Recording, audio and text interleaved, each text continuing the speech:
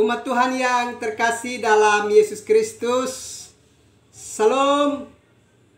Jumpa lagi pada malam ini 15 Februari 2022. Kita sudah menerima malam pemberian Tuhan. Dan sebelum kita beristirahat, saya mengajak kita untuk menyatakan syukur kita kepada Tuhan dan mendengarkan kebenaran firman-Nya. Mari kita berdoa. Kami memuji kebesaran nama-Mu, ya Bapa, karena Bapa berkarya dengan begitu hebat untuk kehidupan dan keselamatan kami umat manusia. Malam sudah menjadi bahagian buat kami. Sesaat lagi kami akan beristirahat pada malam ini. Tapi kami mau mendengarkan kebenaran firman-Mu.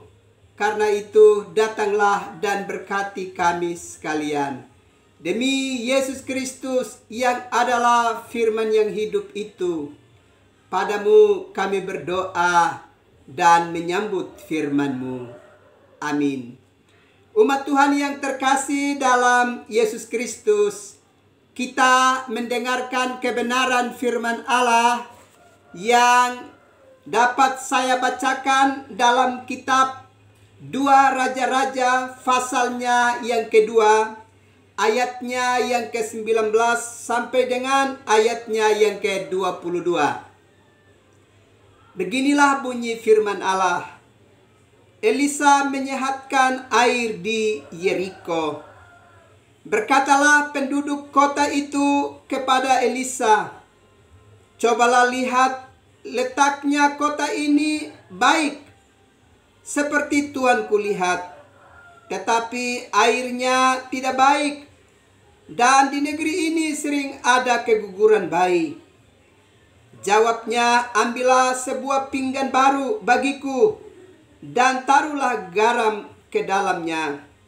Maka mereka membawa pinggan itu kepadanya. Kemudian pergilah ia ke mata air mereka dan melemparkan garam itu ke dalamnya, serta berkata, "Beginilah firman Tuhan, telah kusehatkan air ini, maka tidak akan terjadi lagi olehnya kematian atau keguguran bayi." Demikianlah air itu menjadi sehat sampai hari ini, sesuai dengan firman yang telah disampaikan Elisa. Umat Tuhan yang terkasih dalam Yesus Kristus, kita semua tahu bahwa air merupakan salah satu kebutuhan pokok bagi kehidupan umat manusia dan seluruh makhluk dan ciptaan lainnya. Karena itu, kalau tanpa air, maka manusia akan mengalami kehausan. Bahkan tanaman-tanaman juga bisa menjadi kering dan bisa mengalami kematian. Karena itu, setiap orang tetap akan berusaha untuk mendapatkan air. Dan bagi kita sebagai manusia, kita sangat membutuhkan air bersih bagi kehidupan dan kelanjutan hidup kita di bumi ini. Kita ingat bahwa orang selalu mencari mata air dan berusaha untuk berkebun di tempat itu atau membangun perkampungan di sekitar mata air, supaya dengan demikian kebutuhan pokok bagi kehidupan manusia, yakni air, bisa dapat memenuhi kebutuhan manusia. Dan kita juga melihat sehubungan dengan berbagai pembangunan yang terjadi, maka pemerintah selalu berusaha sekuat tenaga dan menggerakkan berbagai daya yang ada untuk bisa dapat menyediakan air bersih bagi kehidupan masyarakat untuk kelanjutan hidup mereka di sebuah tempat kediaman baru yang disediakan. Karena itu Bapak Ibu, saudara-saudara yang terkasih di dalam Yesus Kristus, kalau kita belajar dari kitab 2 Raja-Raja, pasalnya yang kedua ayat yang ke-19 sampai dengan ayat yang ke-22. Penduduk kota Yeriko itu mengeluh kepada Nabi Elisa bahwa kota Yeriko adalah tempat yang baik, sebagaimana dalam pandangan mata dari Elisa sendiri. Tapi yang sangat disayangkan adalah bahwa air yang berada di wilayah itu, air yang tidak sehat, bahkan dia dapat membahayakan bagi kehidupan manusia, teristimewa bagi kelanjutan hidup generasi baru. Itulah sebabnya penduduk kampung itu atau kota itu menyampaikan itu kepada Elisa selaku seorang nabi, dengan harapan bahwa ada usaha tertentu untuk bisa dapat menolong wilayah itu supaya air yang ada bisa sehat dan dapat digunakan, dan terutama untuk kelanjutan hidup mereka. Maka Elisa menjawab kebutuhan daripada warga kota itu dengan meminta kepada mereka supaya mereka menyediakan sebuah pinggan yang baru dan juga garam, supaya dia bisa dapat menyehatkan air itu demi dan untuk kelanjutan hidup warga kota itu. Tetapi kita dapat perhatikan di sini bahwa yang dapat menyehatkan air di kota itu bukan Elia pada dirinya, dan bukan juga wadah atau media yang digunakan pada waktu itu. Tetapi sesungguhnya itu bisa dapat terjadi karena Tuhan berfirman bagi kehidupan mereka. Kita perhatikan pada ayatnya yang ke-21 bagian B.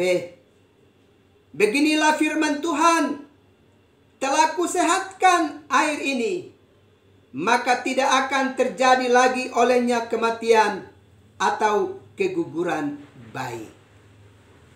Bapak Ibu, saudara-saudara yang terkasih di dalam Yesus Kristus, dari kisah ini kita bisa dapat belajar bahwa apapun yang ada di sekitar kita secara kasat mata, pada satu pihak itu bisa dapat menolong untuk kelanjutan kehidupan kita, tapi pada pihak lain mesti juga diwaspadai karena bisa membahayakan kehidupan kita umat manusia. Karena itu, kebenaran firman Allah ini tentu mau menegaskan kepada kita bahwa manusia tidak boleh hanya dapat mengandalkan apa yang kasat mata untuk kelanjutan hidupnya dan melupakan Tuhan sebagai sang pemilik hidup dan sang pencipta bagi kehidupan umat manusia. Itulah sebabnya melalui kebenaran firman Allah ini kita belajar bahwa apa yang membahayakan kehidupan warga kota itu sekarang tidak lagi dapat membahayakan kehidupan mereka. Karena Allah sendiri telah berfirman untuk mengubah keadaan bahaya itu menjadi keselamatan bagi kehidupan warga kota setempat.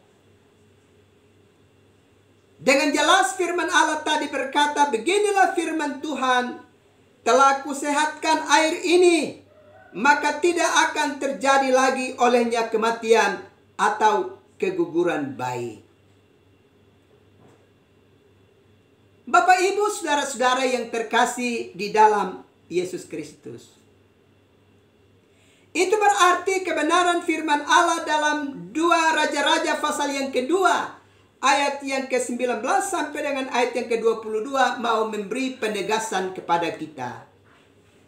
Bahwa manusia tidak boleh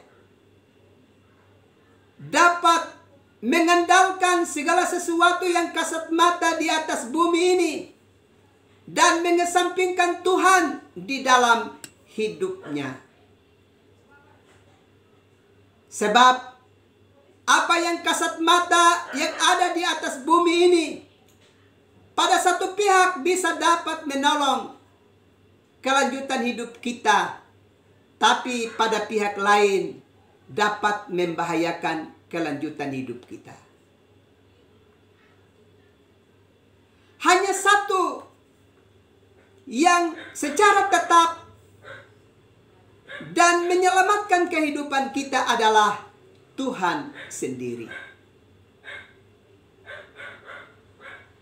Dengan demikian, kebenaran firman Allah tadi dengan tegas berkata, beginilah firman Tuhan, telah kusehatkan air ini, maka tidak akan terjadi lagi olehnya kematian atau keguguran bayi.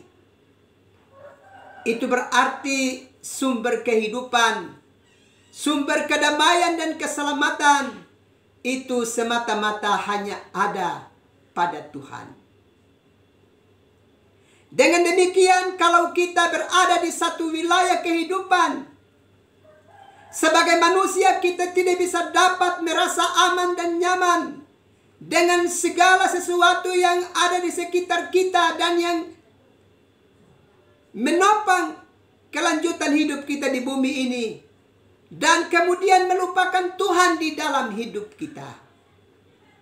Justru di tengah-tengah kehidupan kita, kita harus terus bersandar dan berharap kepada Tuhan, supaya di dalam kedaulatan kuasa-Nya, Ia bisa menjamin kesehatan dan keselamatan kita di tengah-tengah kehidupan dunia ini.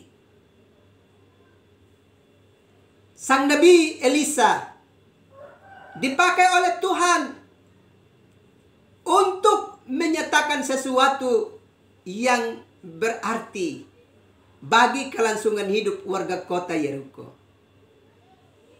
Tetapi di dalam tindakan yang dilakukan oleh Elisa, Elisa menunjuk kepada kebenaran firman Allah. Elisa tidak menunjuk kepada apa yang kasat mata, yaitu pada garam atau sesuatu yang lain yang ada di sekitarnya yang bisa dapat mengubah keadaan itu dari keadaan yang membahayakan menjadi keadaan yang menyelamatkan kehidupan mereka. Pada kebenaran firman Allah ini, Elisa menunjuk kepada kebenaran firman Allah. Elisa menunjuk kepada Tuhan sebagai pusat penyelenggara, pemilik kehidupan bagi umat manusia. Dengan demikian, melalui tindakan yang dilakukan oleh Elisa dan menunjuk pada kebenaran firman Allah, sang Nabi mau mengarahkan warga kota itu untuk benar-benar memandang kepada Allah sebagai sumber keselamatan, sumber kehidupan bagi kelanjutan hidup mereka di bumi ini. Karena itu, Bapak, Ibu, saudara-saudara yang terkasih di dalam Yesus Kristus, kita tentu berharap bahwa kita mesti benar-benar mengandalkan Tuhan di dalam kehidupan ini.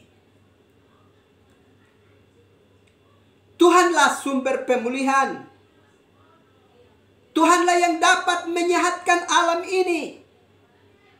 Tuhanlah yang bisa dapat menyembuhkan sakit penyakit kita dan membebaskan kita dari segala derita yang menerpa kehidupan kita.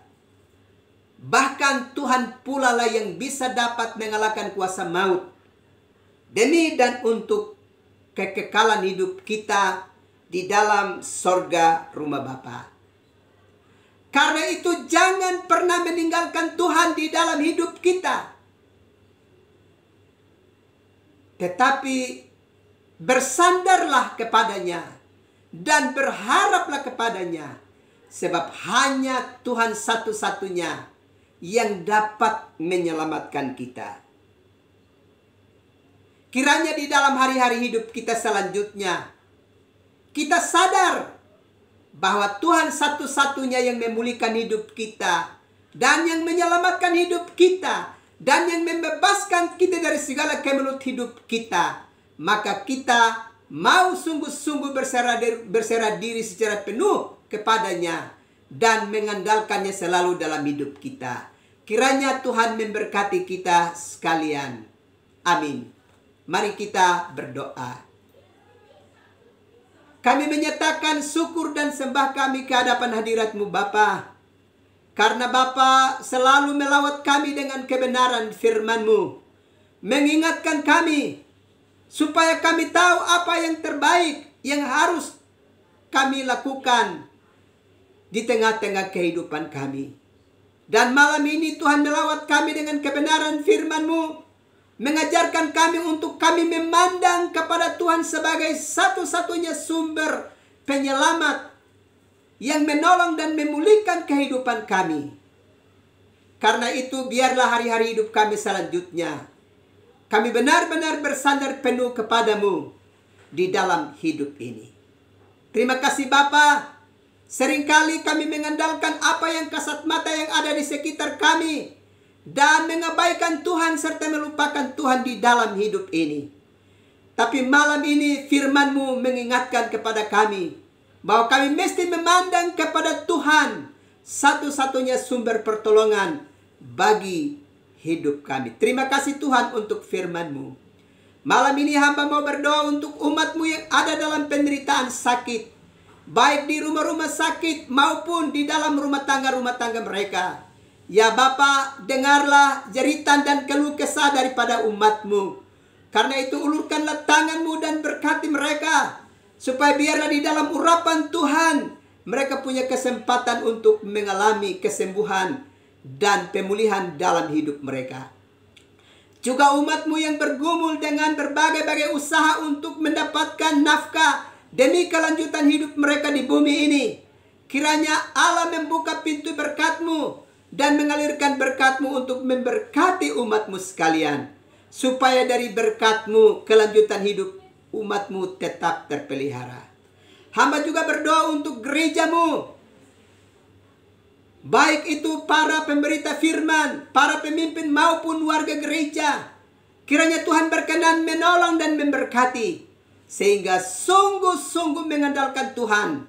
Dan para pemberita firman sungguh-sungguh berani dan kokoh untuk mewartakan warta keselamatan dan seruan pertobatan bagi umat-Mu, ya Bapa. Juga hamba berdoa untuk para pemimpin bangsa kami, Bapak Presiden Joko Widodo, Bapak Gubernur, Wali Kota di mana kami menjadi bagiannya. Biarlah mereka adalah pribadi-pribadi yang takut akan Tuhan dan memimpin dan menyelenggarakan kehidupan berbangsa dan negara ini dalam roh takut akan Tuhan. Sehingga mengantarkan bangsa ini mengalami karya-karya yang besar dalam hidup ini. Juga semua kami sebagai rakyat, biarlah roh takut akan Tuhan menjadi bagian bagi kami. Dan roh menghormati para pemimpin bangsa kami. Dan roh saling menghormati satu dengan yang lain menjadi bagian bagi kami. Sehingga kami ikut mendukung mendatangkan suasana damai bagi kelanjutan hidup bersama di rumah bersama Indonesia, di rumah bersama Provinsi Nusa Tenggara Timur, di rumah bersama di Kota Kasih, Kota Kupang ini. Terima kasih Bapa. Kami akan beristirahat malam ini. Datanglah Tumpahkanlah tangan-Mu ke atas kami, supaya kami dapat beristirahat dengan aman. Demi Yesus Kristus yang adalah Tuhan dan Juru Selamat bagi hidup kami. Padamu kami berdoa serta mengucap syukur. Amin. Umat Tuhan yang terkasih dalam Yesus Kristus, selamat malam, selamat beristirahat. Tuhan pasti terus melindungi dan memberkati umat Tuhan sekalian. Shalom.